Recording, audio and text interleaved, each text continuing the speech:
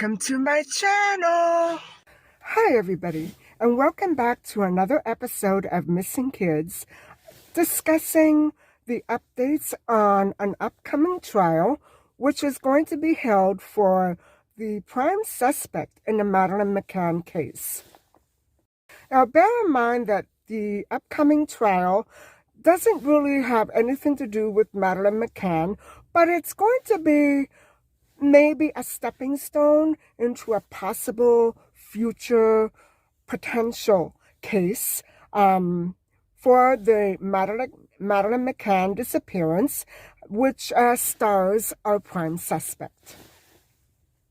So if you want to hear the update, stick around.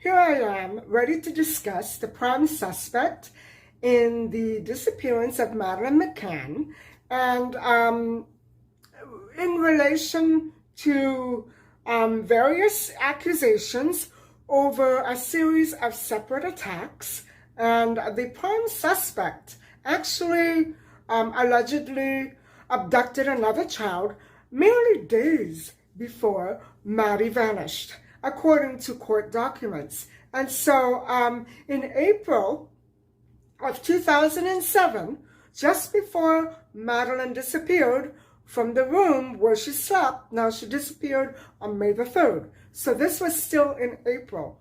The prime suspect kidnapped a 14-year-old teen girl from a Portuguese beach. And he took her against her will to the house where he was, the house that he was renting out. And so I don't want to sound as though I'm really happy about this. I have to admit it looks very bleak for the suspect, and I really hope that if it comes down to a trial for Maddie, that they check out all those questions that we had about the night that Maddie vanished. And I just hope it gets all sorted out if it's him. And so, okay, let's get back to this story. The prime suspect is accused not only of having kidnapped her and abducted her, but he also, guys, he tied her to a post, and he forced her to do stuff with him, allegedly, while filming it. I am very disappointed to hear these details.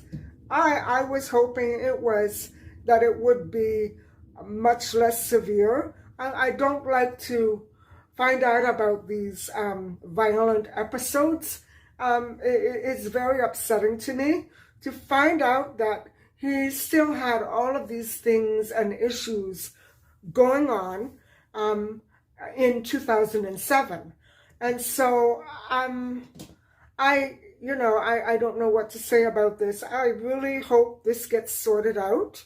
And so that would have been when he abducted this girl.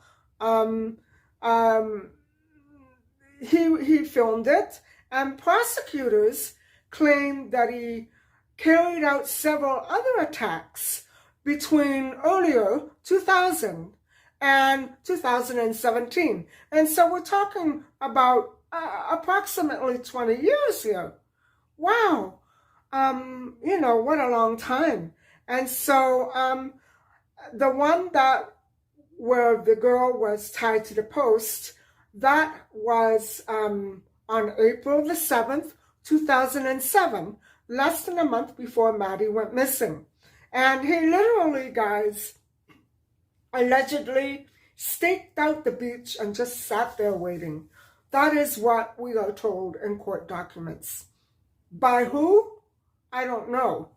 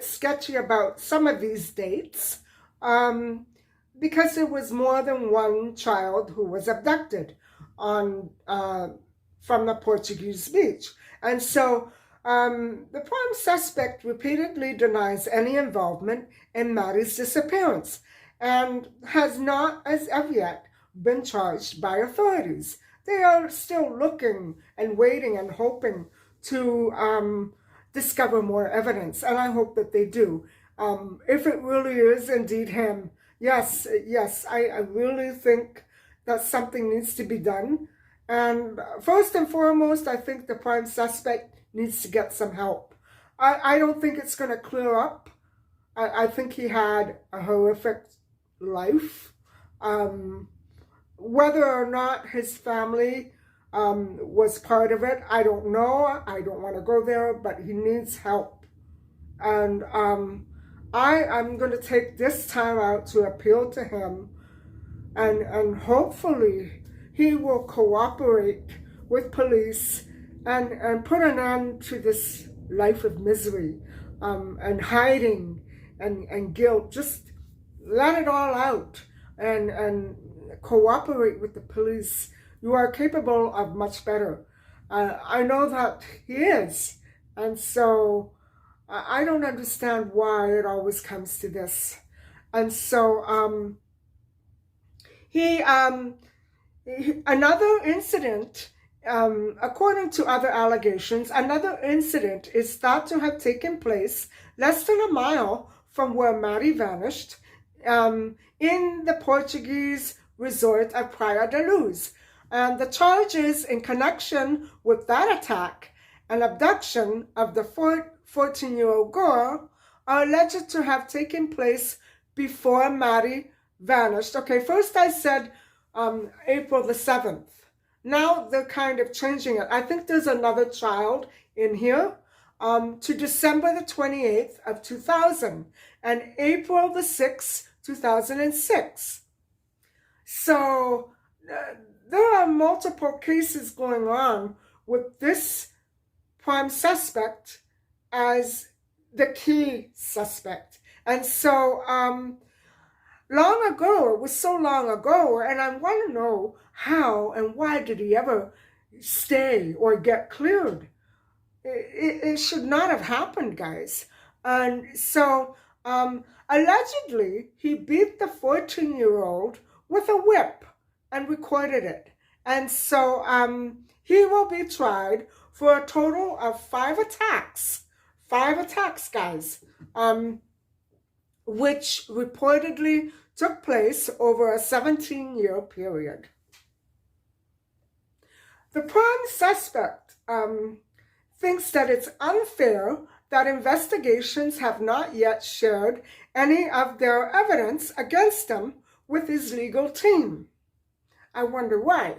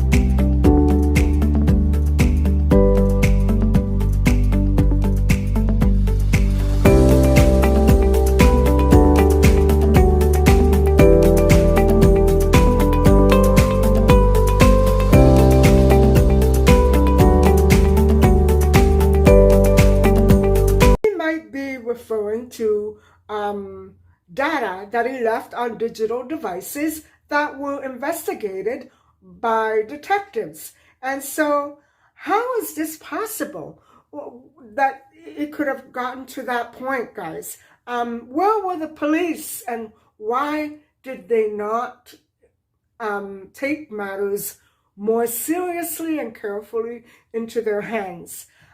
How did he slip through their fingers? And, you know, he maintains, and while all this went on and that he slipped through their fingers, maybe with other child abusers too, the McCanns were getting arrested. I don't understand. I don't see any logic anywhere in this case whatsoever, or in any of these cases that occurred in Portugal.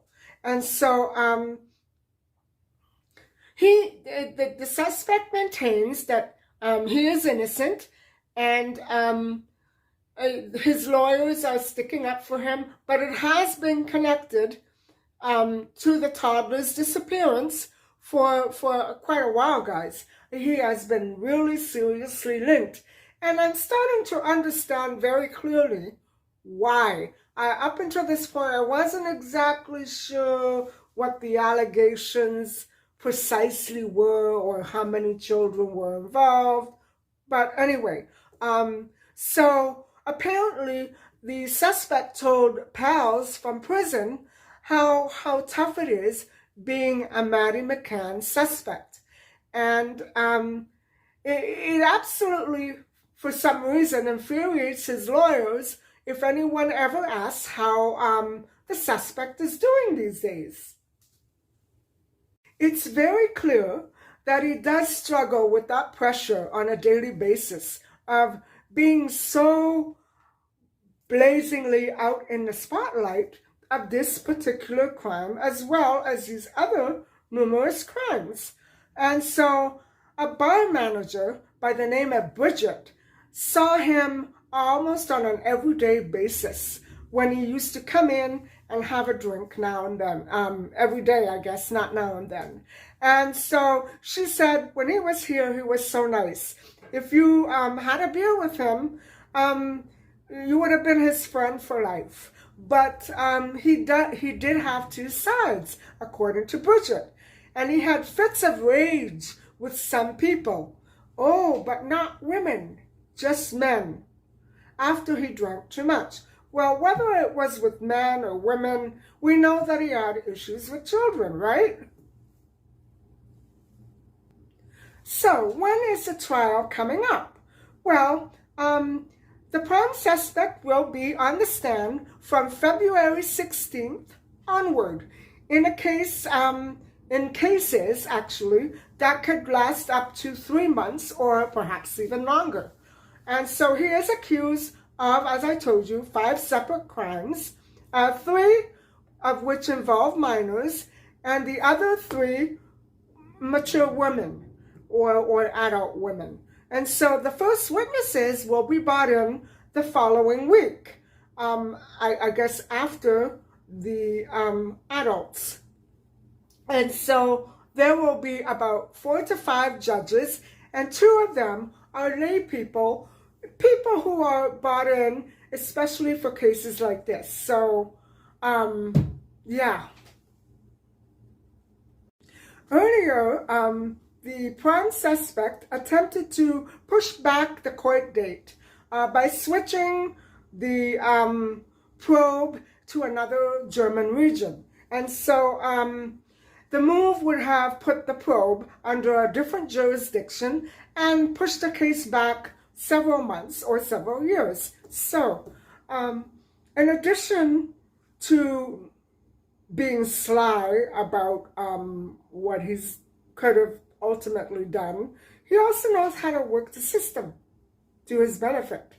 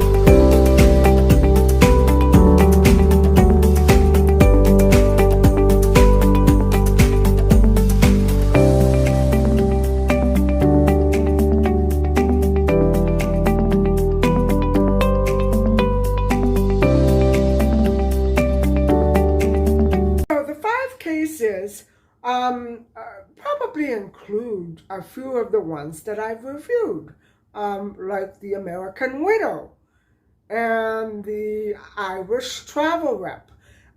They include the following.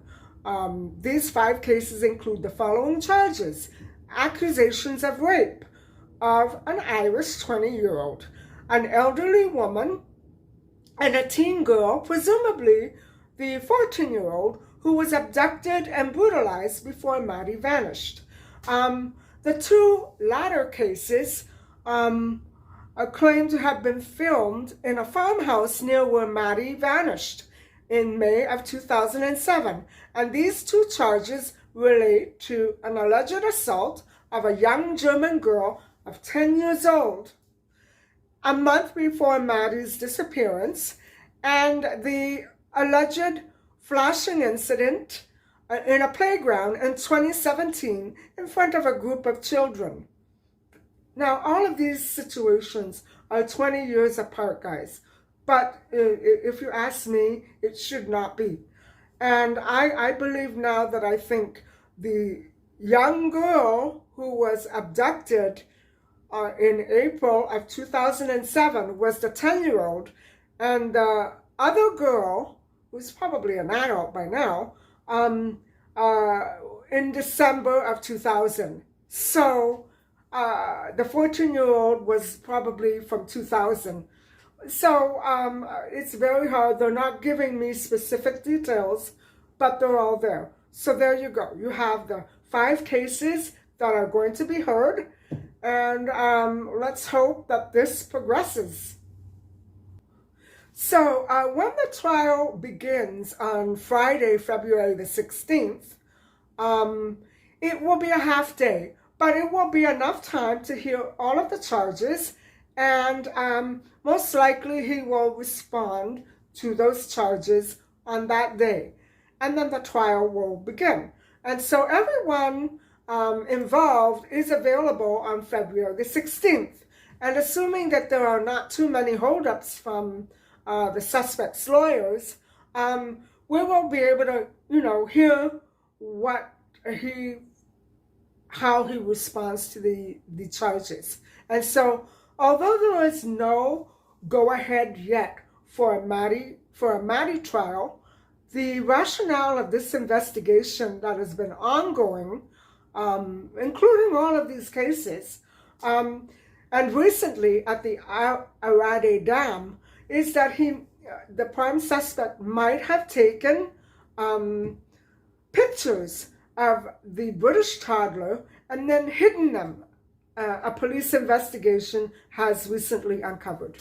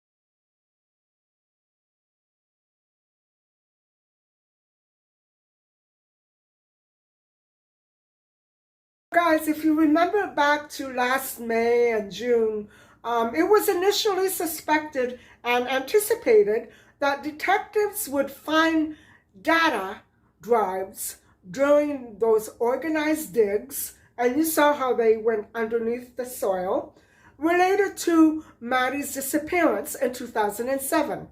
They know that the suspect did bury data carriers, USBs, and he had hard drives as well, those little sticks. And but you know, the thing is that even though he did hang out over by the lake, it is alleged, and we don't know for sure, but it is alleged that none were found.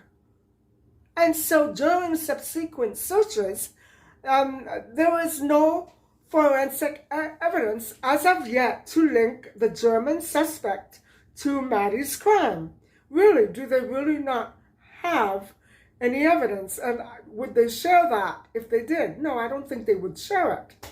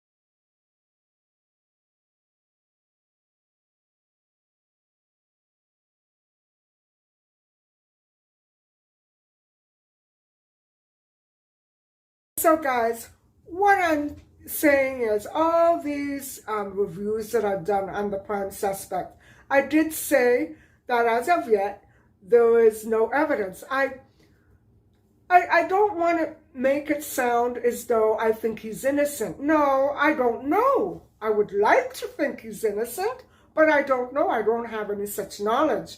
And so when I say that there's nothing to link him, I'm not saying that I think he's innocent. I'm saying there's nothing that links him as of yet.